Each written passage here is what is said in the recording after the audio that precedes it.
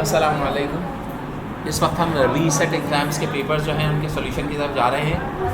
ये रिवीजन के अंदर ये पेपर्स हैं और इन्हीं को अपलोड भी कर दिया जाएगा, तो आप आराम से इसको देख के ना समझ सकेंगे कि क्या है किस तरीके से। अब जो है जो चीज़ हम शुरू करने के लिए जा रहे हैं,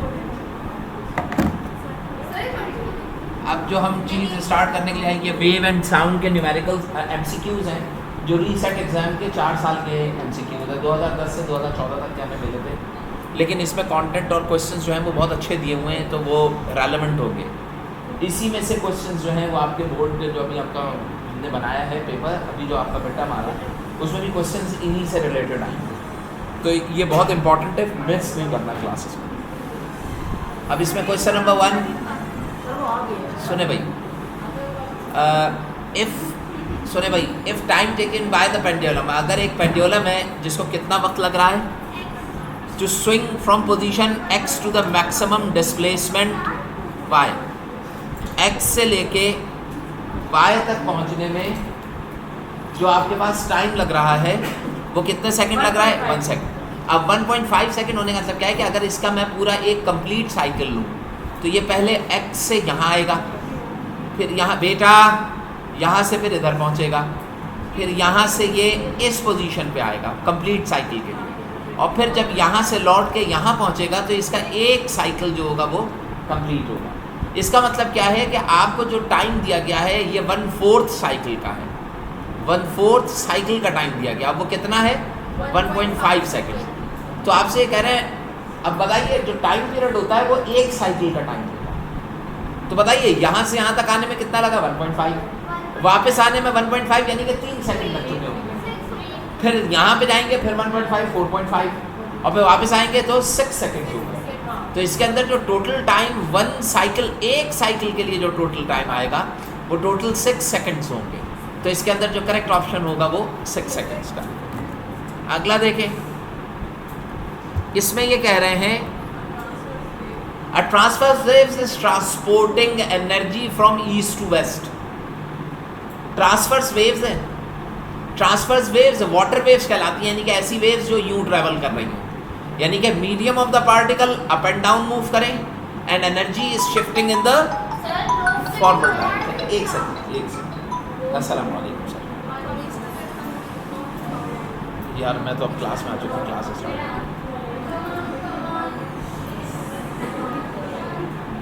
ये रिकॉर्डिंग हो रही है, तुम एक काम नहीं करो कि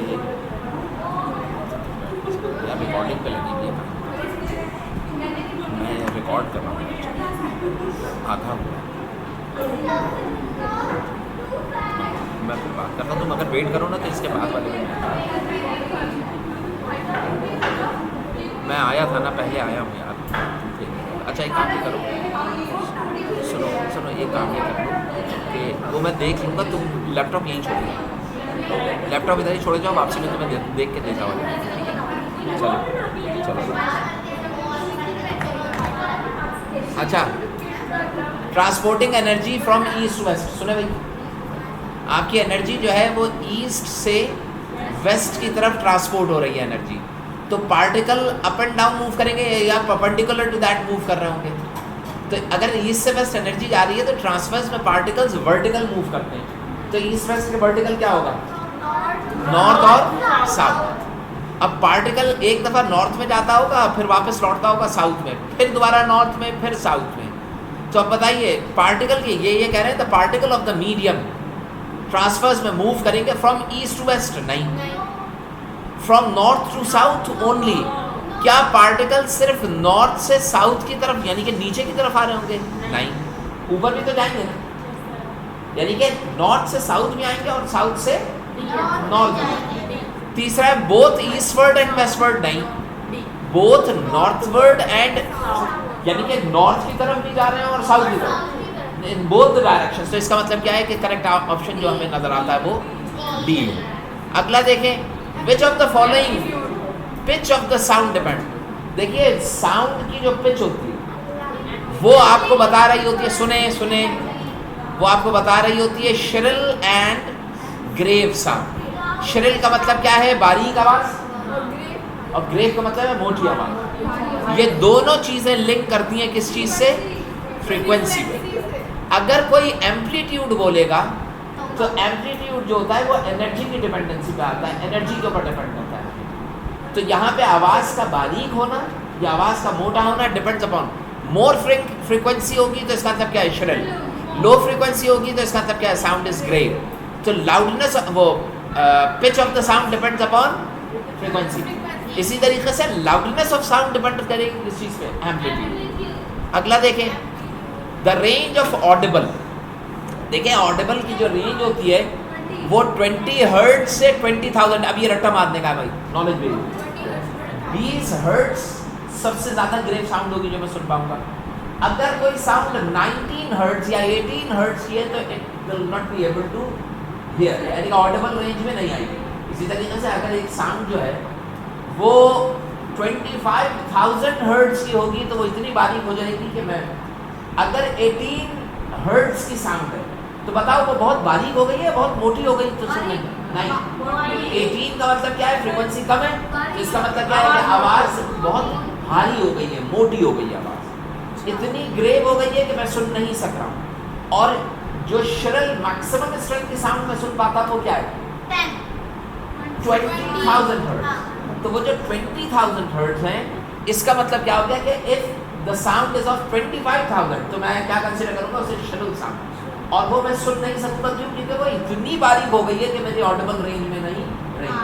तो राइट साइड के ऊपर जाएंगे आप तो आवाज़ बारीक हो जाएगी, और लेफ्ट साइड में रहेंगे तो आवाज़ भारी होगी, मोटी होगी। समझ गए? तो इसका आंसर जो है वो है डी। अगला देखें।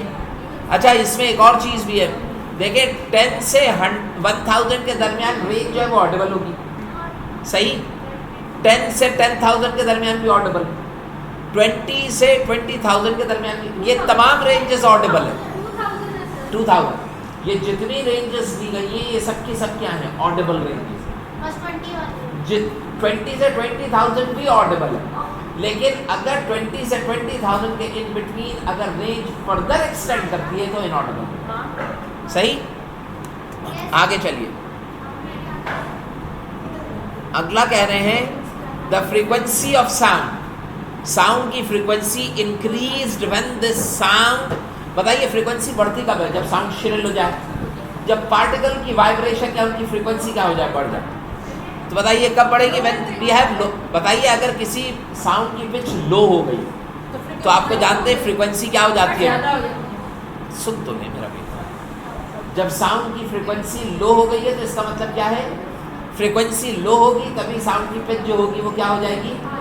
देखिए ये कह रहे हैं कि साउंड की फ्रीक्वेंसी अगर इंक्रीज हो रही है तो वो श्रिल होती जा रही है, ये मैंने अभी बताया। और अगर साउंड की फ्रीक्वेंसी पिच लो हो रही है तो इसका मतलब क्या है, फ्रीक्वेंसी जो है वो डिक्रीज हो रही है। फ्रीक्वेंसी क्या हो रही होगी, डिक्रीज हो रही है। अब ये बताइए अगर फ्रीक्वेंसी इंक्रीज हो रही है तो लोअर साउंड पिच तो नहीं होगी, हायर साउंड पिच हो सकती है, बिकम लाउडर। देखिए loudness depends upon the energy और एम्पलीट्यूड। अगर साउंड की एनर्जी बढ़ रही है तो लाउडनेस बढ़ेगी, और एनर्जी कम होगी तो लाउडनेस कम हो जाएगी। समझ रहे हैं? तो इसका आंसर जो है वो बी ऑप्शन होगा, सही। अगला चलिए, विच of the following figure represents the loudest sound with highest frequency. अच्छा सुने सुने सुने, इसमें से दो फिगर्स ऐसी हैं जिनकी लाउडनेस सेम है, एक बी है और एक है डी। मुझे कैसे पता लाउडनेस सेम है, क्योंकि इसकी हाइट और इसकी हाइट और इसकी हाइट, ये दोनों हाइट्स आपस में क्या आ रही हैं, सेम आ रही है। जब हाइट दोनों सेम है तो इसकी लाउडनेस और इसकी लाउडनेस आपस में क्या है, इक्वल है। अच्छा देखिए इसकी लाउडनेस और इसकी लाउडनेस आपस में इक्वल है, लेकिन ये फेंट साउंड, इसको मैं कौन सी साउंड कहूँगा, फेंट। अच्छा इसकी फ्रीक्वेंसी लेस है तो ये कौन सी होगी, ग्रेव साउंड। इसकी फ्रीक्वेंसी ज़्यादा है, वेव ज़्यादा आ रही है तो ये क्या होगी, श्रिल। अच्छा ये भी श्रिल है, लेकिन ये श्रिल के साथ क्या है, लाउडर है। तो आपको क्या बतानी है, लाउडेस्ट विद हाईएस्ट फ्रीक्वेंसी। तो आपके पास ऑप्शन कौन सा होगा, डी। अगला देखें, मैंने आपको क्या बताया, क्वेश्चन पढ़े हैं, इसमें लिखा है लाउडेस्ट साउंड भी होगी और हाईएस्ट फ्रीक्वेंसी भी है। तो लाउडेस्ट तो दोनों है, लेकिन इसकी फ्रीक्वेंसी कम है, इसकी फ्रीक्वेंसी ज़्यादा है, तो मुझे दोनों चीज़ें ज़्यादा चाहिए। When wave pass through a narrow gap, एक वेव है, सुने, ये वेव जो है वो नैरो गैप से जब पास होती है तो ये ऐसे बेंड हो जाती है। इसको क्या कहते थे? डिफ्रैक्शन या डायफ्रैक्शन कहलाते हैं। तो ये जो डायफ्रैक्शन जो है वो इसका आंसर होगा। अच्छा, अगर हम डिस्पर्जन लें तो डिस्पर्जन का मतलब क्या होता है कि white light is split into 7 colours. ये आपके पास क्या कहलाएगा? डिस्पर्जन। रिफ्रैक्शन में light enters into another medium, change in the wavelength और the velocity of the light, आपके पास क्या कहलाता था? Refraction. Reflection, light bounce back with the same angle with the same speed into the same angle medium. तो आपके पास answer क्या होगा इसका? डिफ्रैक्शन। अब यहाँ पे देखें कि एक वेव दी गई है इस तरीके से, सुने,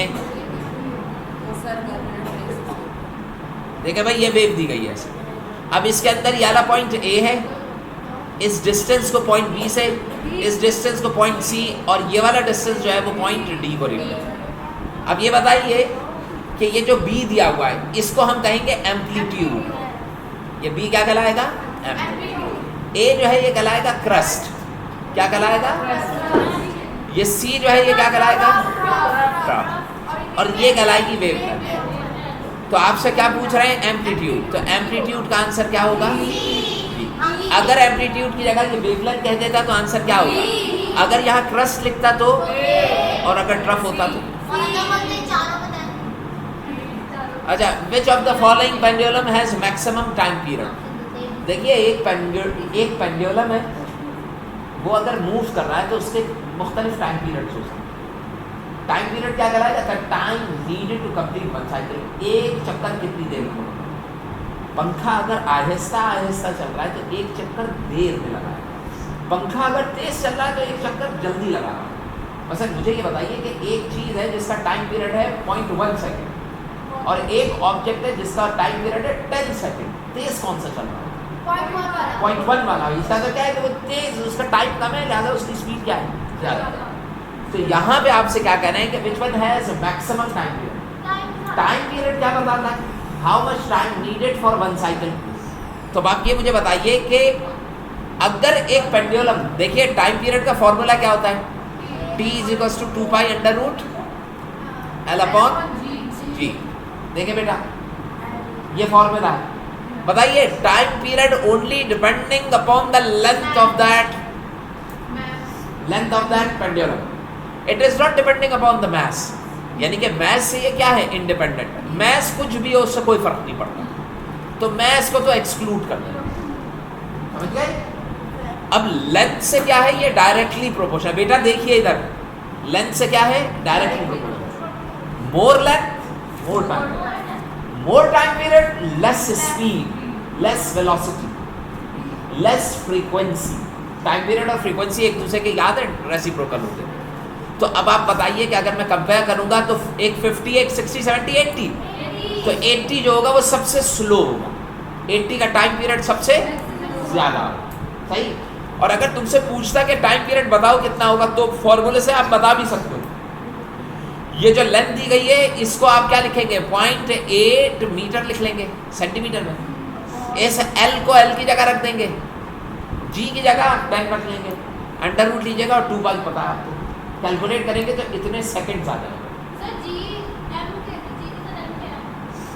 G के साथ ये मीटर है,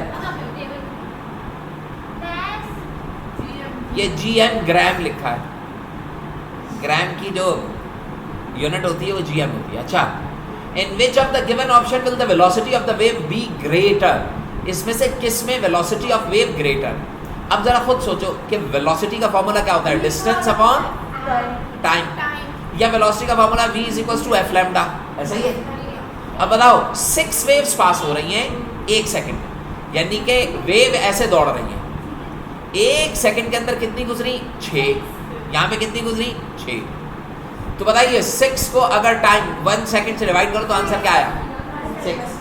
1 सेकंड में कितनी वेव्स गुजरी? 6। तो यही इसकी फ्रीक्वेंसी भी हो गई, भाई अगले में क्या किया 5 वेव्स इन 2 सेकेंड्स, तो क्या होगा ये 5/2, इसका मतलब क्या है 2 सेकंड गुजरने के बाद सिर्फ 5 वेव्स गुजरी, तो स्लो जा रही है ना, नहीं समझे? तो इसका मतलब क्या है कि ये भी क्या होगा, ये लेस आंसर देगा आपको। 10 वेव्स इन 2 सेकेंड 10/2, आंसर क्या आएगा 5, ये भी कम है, 6 क्या है ज्यादा। आखिर में क्या है 15 डिवाइडेड बाय 4, तो यहाँ पे 3 पॉइंट समथिंग आएगा, तो ये भी कम है, ये भी कम है, देखिए ये सारे कम है, ये जो सारे दिए गए हैं ये क्या है, कम है।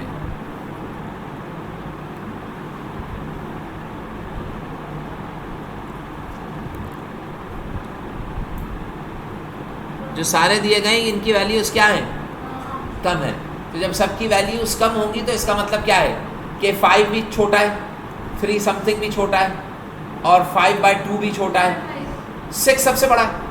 तो आपका आंसर क्या होगा 6, यानी कि ए आंसर है।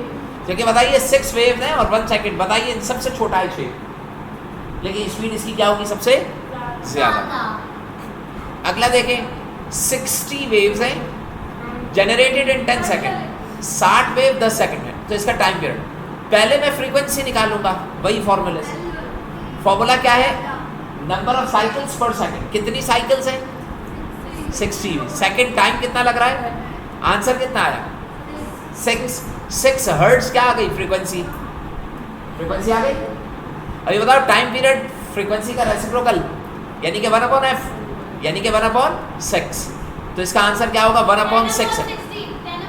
10 इस 0 से 0 कैंसिल कर दीजिए तो आंसर क्या आएगा 1/6 सेकेंड। तो इसका मतलब क्या है कि आंसर कितना आ गया ए। क्लियर? अगला, अच्छा बात समझ में आ गई, रिकॉर्डिंग हो गई, ठीक है। Which of the following types of waves is used by astronauts to communicate with each other in space? Space में अब जरा सोचो, स्पेस में अगर मैं बोल रहा हूँ तो मुझे बोलने के लिए साउंड वेव्स यूज करनी होगी, और साउंड वेव्स होती बाय नेचर लॉन्गिट्यूडनल है, ठीक है। तो मेरे पास आंसर क्या होगा लॉन्गिट्यूडनल। अच्छा बताइए अगर वो लाइट वेव्स यूज करते तो क्या करते हैं, इलेक्ट्रोमैग्नेटिक। लेकिन लाइट वेव में क्या करते हैं, स्पॉट्स लगते हैं कि अगर 2 दफ़ा लाइट जले तो इसका ये मतलब है, 3 दफ़ा जल रही है तो इसका ये मतलब है, 4 दफ़ा जले तो ये मतलब है, यानी कि उसको फिर उनको कोडिंग करनी पड़ती है जो कंप्यूटर पर होती है। कंप्रेशनल वेव्स, हम वेव्स को कंप्रेशनल कहते हैं, लेकिन बेस्ट वर्ड जो है वो इसके लिए क्या है लॉन्गिट्यूड। अच्छा अगला क्या है, अगला ये है कि a ripple tank is used to study the behaviour of, बताइए लाइट रिपल टैंक से तो नहीं है जिससे स्टडी होगी, क्योंकि इसमें फिजिकल वेव्स होती हैं। साउंड को मैं क्या वहाँ पे यूज कर सकता हूँ, क्यों नहीं यूज कर सकता, क्योंकि उसके अंदर बनने वाली वेव्स होती है ट्रांसफर से, उसमें लॉन्गिट्यूडनल, तो ये ट्रांसफर वेव्स ऑफ वाटर की इलेक्ट्रिसिटी भी नहीं हो सकता। The portion where amplitude of the standing waves maximum, हाँ टाइम हो गया। अच्छा सुने ये जो है इसको अभी रोकिएगा, यानी कि ये जो स्टैंडिंग वेव्स का है ये हमारे टॉपिक में नहीं है। 5 मिनट सुने बेटा, दिखाई दे रहा है the wave produced by vibrating, एक ऐसी वेव जो कि कोई बॉडी वाइब्रेट कर रही है, उससे जो वेव्स जनरेट होंगी उन वेव्स को क्या कहेंगे आप, मैग्नेटिक कहेंगे। अच्छा ट्रांसफर, अच्छा देखिए अगर एक चीज वाइब्रेट कर रही है तो वाइब्रेशन से साउंड प्रोड्यूस होती है ना, और साउंड बाय नेचर ट्रांसफर है लॉन्गिट्यूडनल, जिसका मतलब क्या है ट्रांसफर्स। अगर कोई चीज़ वाइब्रेट करती है तो पार्टिकल ऐसे वाइब्रेट करते हैं तो एनर्जी भी ऐसे शिफ्ट होगी, और ये प्रॉपर्टी किसमें लॉन्गिट्यूडनल में, कि if particles are vibrating along the direction of energy propagation तो क्या होगी वो ट्रांसफर। तो इसमें क्या होना चाहिए लॉन्गिट्यूडनल वेव। अच्छा लॉन्गिट्यूडनल के बजाय ये साउंड भी लिख सकते थे, साउंड वेव्स या वेव्स इन स्प्रिंग भी कह सकते थे। लॉन्गिट्यूडनल क्यों कह रहा हूँ, क्योंकि जब कोई चीज़ ये चीज़ दी भी है, ये जब वाइब्रेट करेगी तो ये पार्टिकल्स भी तो वाइब्रेट करेंगे ऐसे ही, तो एनर्जी ऐसे शिफ्ट होगी ऐसे। हाँ बिल्कुल बिल्कुल है, बिल्कुल इसी आ रहा है।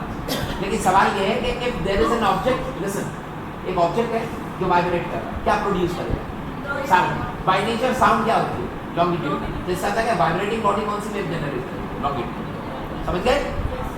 अगला, war on earth are very noisy affairs but war in space will be quite. Quiet क्यों होगी भाई? क्वाइट इस वजह से होगी कि हवा के अंदर, आप यहाँ पे जब वॉर होती है तो एक्सप्लोजन्स होते हैं। अब ये जो वेव है ये मैकेनिकल वेव्स हैं जो कि हवा के अंदर ट्रैवल करती हैं। लेकिन अगर कोई एक्सप्लोजन कहाँ पर हो, स्पेस में, तो बताइए क्या उसकी नॉइजी इफेक्ट का मतलब क्या है कि क्या उसकी साउंड आप सुन पाएंगे? You will not be able to listen that sound. तो इसका मतलब क्या है, अगर स्पेस में जंग हो रही है और एक दूसरे को रॉकेट मारे जा रहे हैं या बुलेट फायर की जा रही है, तो वहाँ पे कोई भी आवाज़ नहीं आ रही होगी, सिर्फ लोग गिर रहे होंगे दौड़ रहे, लेकिन आवाज़। तो इसका मतलब क्या है कि space is very far from earth. भाई दूर होने की वजह से तो ऐसा नहीं है। वजह असल में क्या है, sound waves can not travel through vacuum. Vacuum में क्यों? क्योंकि वैक्यूम में पार्टिकल्स ही नहीं है। और बाय नेचर साउंड वेव्स कौन सी है? मैकेनिकल है। कौन सी है? मैकेनिकल। ये जो आपने लॉन्गिट्यूडनल बोला, वो लॉन्गिट्यूडनल बेसिकली मैकेनिकल की ही टाइप है। अगर लॉन्गिट्यूडनल भी बोल दोगे तो भी ठीक होगा, क्योंकि लॉन्गिट्यूडनल हमेशा क्या होती है? मैकेनिकल होती है। अच्छा, साउंड वेव्स लूजेस एनर्जी। क्या वहाँ पे आवाज़ थी, यहाँ पे कम? जैसे मैं बोल रहा हूँ तो तुम लोग सुन पा रहे हो ना, लेकिन स्टाफ रूम में कोई बैठा हो तो वहाँ तक पहुँचे पहुँचे आवाज़ कम हो जाएगी, ऐसा तो नहीं हो रहा। और चौथा क्या है, sound waves are blocked by planets और स्पेस। ये भी गलत है, तो इसका बी होगा। Next, if acceleration of a vibrating body, if acceleration of a vibrating body. आपकी क्लास 350 पे स्टार्ट हुई, 245 से 245 से 320। बस ये दो और देख लें, उसके बाद चल जाइए आप। If acceleration of vibrating, listen, सुनो। If acceleration of vibrating body, एक बॉडी वाइब्रेट कर रही है, उसका acceleration is directed towards mean position. इसका मतलब क्या है कि ये वो वाला सिंपल हार्मोनिक वाला चक्कर आ गया। ये बॉडी है, इसका मास क्या है? m है। अब जब ये इसकी तरफ जा रही है तो इसमें एक सर्टेन एक्सेलरेशन है, और ये एक्सेलरेशन इसके मीन पोजीशन की तरफ है, ठीक है। जब ये मीन पोजीशन से आगे जाएगा तो एक्सेलरेशन की डायरेक्शन ऑपोजिट हो जाएगी, यार फोर्स चेंज हो जाती थी। यानी कि हम कहते थे सिंपल हार्मोनिक मोशन के the direction of acceleration is always be towards o और mean position. So it is said to be a simple harmonic motion. अब ये क्या कर रहा है? डायरेक्टेड टू एक ऐसी मोशन जिसमें एक्सेलरेशन मीन पोजीशन पे हो, the body execute. Random motion तो नहीं होगा, ट्रांसलेटरी भी नहीं होगा, सर्कुलर भी नहीं होगा, सिंपल। अच्छा, एक आखिरी बात, अगर इसके अंदर ये देता वाइब्रेटरी मोशन तो क्या करते? रैंडम हो जाता। नहीं समझे मैं क्या कह रहा हूँ? मैं ये कह रहा हूँ रैंडम को काट के अगर ये लिख देता वाइब्रेटरी मोशन, तो वाइब्रेशन का आंसर भी ठीक होता। लेकिन कब सही होता? जब ये यहाँ पे ऐसे मेंशन किया। तो चलें बस यहीं तक रखिए, नेक्स्ट टाइम।